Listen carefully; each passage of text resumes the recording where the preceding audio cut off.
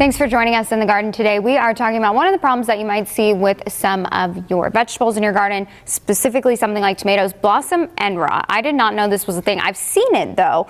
What is it when this happens to something like tomatoes in our garden? I think people will see it and they'll freak out. So what happens exactly? They will definitely freak out. And while it is a disease, it's not caused by any pathogen, it's caused by plant stressors.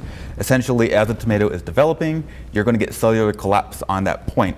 And as the tomato gets larger, that just gets worse and worse. Unfortunately, when your fruit starts to have that issue, chuck the fruit that's affected, it's not going to get any better. But there are steps you can take to mitigate the damage for that season and also prep yourself later on so you don't have this the following season, and steps you can take just in general to prevent it. Okay, so what are some of those steps that people can take? So first and foremost, it is caused by a lack of soluble calcium in your plants. So that doesn't necessarily mean you don't have calcium in the soil, but for whatever reason, it's too low a concentration in your plant. That's why the cells are collapsing. So we can use calcium chloride, which is the calcium that gets immediately into the plant system to strengthen those walls in developing fruits. Products like Yield Booster and calcium chloride or liquid calcium are a great topical thing you can use for them. That should help any developing fruit for really the rest of that season if you apply it several times to prevent that from happening.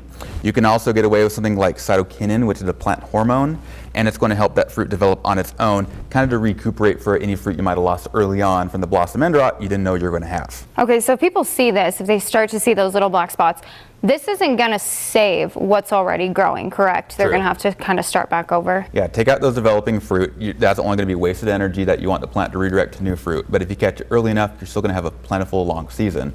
In the long term, to avoid this happening again, the first thing every tomato gardener should do, and this also goes for anything else in the solanum family, your eggplants and your peppers, what have you, they should be putting a calcium source on yearly. You can put it down now, and you will have some of that release for your tomatoes that hopefully people aren't planning to later on, much after the freeze. Even better, I like putting it on in the fall, putting it on a cover crop that's actively going to work that calcium in the soil, get it ready to process, and then be all that much more available come spring. Okay, so then what about some of the other products we have here? Limestone, what does that do? Limestone's a little bit of a shortcut. If you have particularly acidic soil and you apply lime to buff that pH, the side effect is a lot of hydrogen that gets released as well as some calcium, and that soluble calcium is going to help those tomatoes resist that blossom end rot. Downside is the one-trick pony. Once you've done that, you can apply it again, but you've already buffed the pH, just like chemistry equations in high school. You can't really do it again, but it's a nice shortcut if you know your soil is acidic. In the long run, the best thing you can also do is mitigate your watering needs. A lot of folks, myself included, trying to grow tomatoes in too small a pot, too hot and shallow an area, they're dumping water on there and you're diluting that calcium, hence the blossom end rot. If we make sure that our tomatoes are getting deeply watered and deeply rooted, we're amending the soil so those roots are going to go nice and deep and stay saturated in between our waterings and not have to water as frequently. They're going to be so much better off. So what do little hoses like this, how do those make a difference? Soaker hoses are one of my favorite ways to water my tomatoes. For one, there's no overhead watering, so you're reducing other diseases like powdery mildew. You can get a timer even, put it on your spigot and set to run for a couple hours, leave the work and not fuss about it. It'll turn off on its own. Okay, perfect, thank you.